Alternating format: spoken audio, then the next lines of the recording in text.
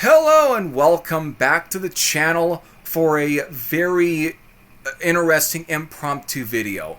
Now, I don't know how many takes I have taken for this because there's usually interruptions or I'm just not really satisfied with how I tackle this. But this is sort of a response, but a response to someone's take rather than the person in general. I mean, sure, you can probably take it that way, but really it's not. And the person in general, you probably are familiar with him. It is, well, everyone's favorite, to use a cuss word, everyone's favorite comic book shit stir. Or at least someone who likes to ruffle the feathers of collectors or readers or whatever, you know. But this is more of a response, not really, but more so me, I guess, tackling or taking down or piece by piece his recent video where he literally is stating key collecting has ruined comic book collecting. You know, it has ruined comic book digging in a way. Now, not really, that might be paraphrasing what the whole title is, but in a way, it's more so questioning. Personally, to me, I almost take it as, has key collecting ruined comic book collecting?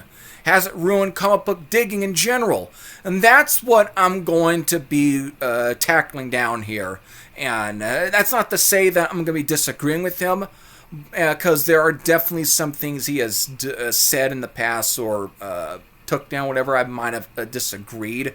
And how he got into comic book collecting or how he got into the hobby, again,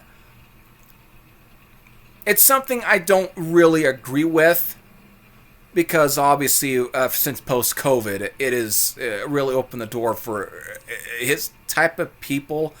And I know if he's actually reacting to this, if he does, he's probably going to dismantle that. More power to him. But I'm doing this because I also want to give my thoughts on probably the same type of thing, or at least give my point of view of it. It's more of my point of view and how I approach the whole idea of key collecting. And so what he's basically talking about, the whole gist of, is are people, like, again, those who definitely got into collecting during COVID, did they just get into it to buy the keys so they can then turn around, make a profit off of it? And in a way, has it really hurt the fun of it? Yes and no. Here's why. Whether you're, let's say, you're a comic book shop owner or you're someone selling on eBay, to the person who's looking to buying, let's say your big boy key books, the major keys, which are usually going to be like the major appearances for major characters. Let's say your Punisher, let's say Lobo at this point with the Supergirl movie, or let's say the first Fantastic Four, or the first Fantastic Four, first Doctor Doom, first Amazing Spider-Man, you know, I mean, at least the first appearance of Spider-Man in, you know, Amazing Fantasy number 15, you know, those are some of your, those are at least what we would call the big boy books. And yes, to at least the person who's selling these books, they obviously have to attract the people that are going to buy them. They have to. People are trying to make money these days, especially in this economy. I don't want to make this political, but there are people who need to make money, and they're trying to, of course, look for the books that they know they can turn around, reflip, or let's say in some general slabbing. And I know and the thing is, his whole take was still somehow connected to how a lot of these people, these chasers, by the way, I'd rather call them, are going to then turn around, get them clean, get them pressed. They can turn around and then send it to, let's say, CGC, no longer CBS, because they're not in, they're pretty much done company now. But they're going to send them out, get them graded, and whatever they come back, whatever grade they come back in, they're then going to turn around and sell it for the price that grade usually goes for. And they're going to try and make their money back. But then comes down to the person who then is buying these big books. And in a way, it does also come back to the argument of, is it really comic book collecting if you're just buying slabs? Is it really? He shows someone, obviously I think it was a British guy, who went and paid big money for, I think, a 1.0 or 1.5, I think. Or was it 1.8? It was definitely a low grade for Amazing Fantasy number 15, and he obviously sold his whole comic book collection just to buy this slab. And more power to the guy. And and Sticky Goose was questioning, is he really getting fun of it? Is it joyful?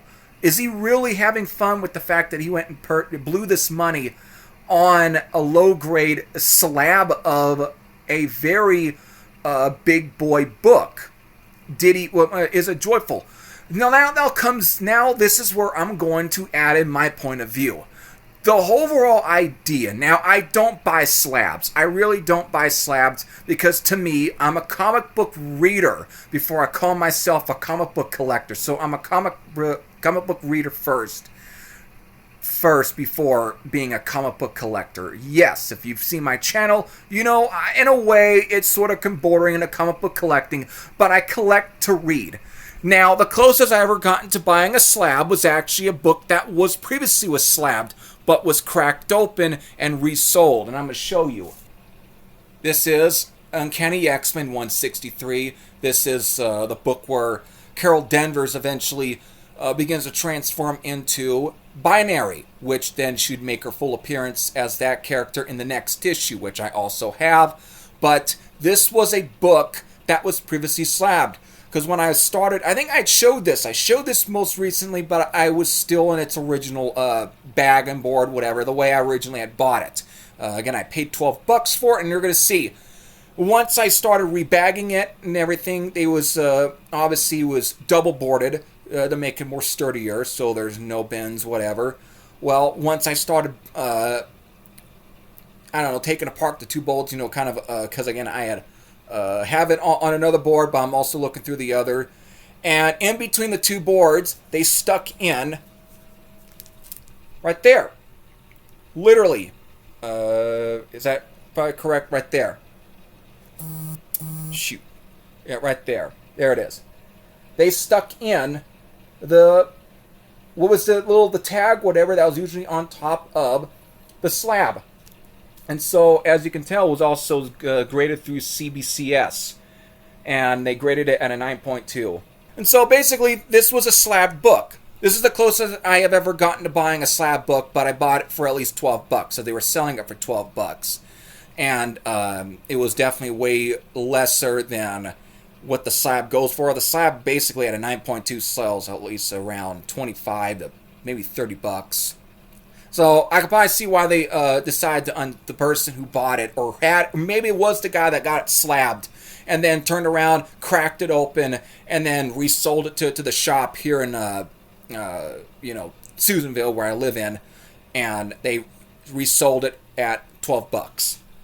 And the reason I got it, again, I didn't know. It was literally stuck I don't know what you really refer to it, but it is the grading tick or whatever, the paper. And it was stuck in between the two boards, so I didn't know it was a graded copy. I had no clue. They gave their own grade. They thought it would have been more of a 9.6, but they thought obviously it was originally graded at a 9.2. And so I didn't know it was. Again, it was in between, so I could never fertilize. I was mostly grabbing what I could find was the nicest copy, and it was affordable, and I wanted to go because I want to read the Brood storyline, and so I needed the book, and it turned out it was a slabbed copy. Am I mad? No, because it's not slabbed anymore, and so really, I guess you can't really call it a slab, but it was a copy that was slabbed, and that's the closest I've ever gotten to buying one. But am I happy? Yes, I'm going to be happy, because I'm actually going to enjoy it, and I'm going to read it. Yes, I will. And there's a lot of high-grade copies of that book to begin with. It was a very heavily printed book. If you look on eBay, it was heavily printed. So am I upset? No. why would you be upset?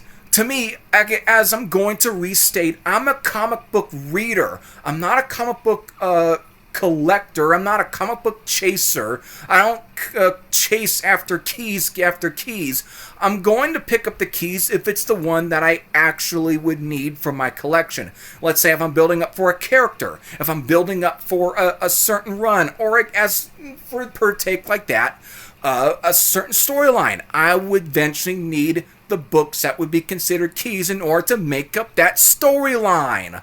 So it's not that difficult to really wrap your head around, but as the problem, as I kind of said in my original take I did on this topic, or at least for this video, which is would have been one of my first or several attempts at this, I will have a problem. It will be troublesome to then look for those key issues in order to build up a storyline. If I have, to read and everything, and I have for my collection, whatever, I would eventually have to, and it becomes a problem because just like with these chasers, people who are only buying the, let's say for example, like your Pokemon cards or your Magic the Gathering, they have to go after the chaser card. And so with comic books, it's the same thing. They need to, so they can turn around, maybe resell it and all that jazz, or maybe build up a collection. So it's like, here, I got comic book cred, here's my credibility.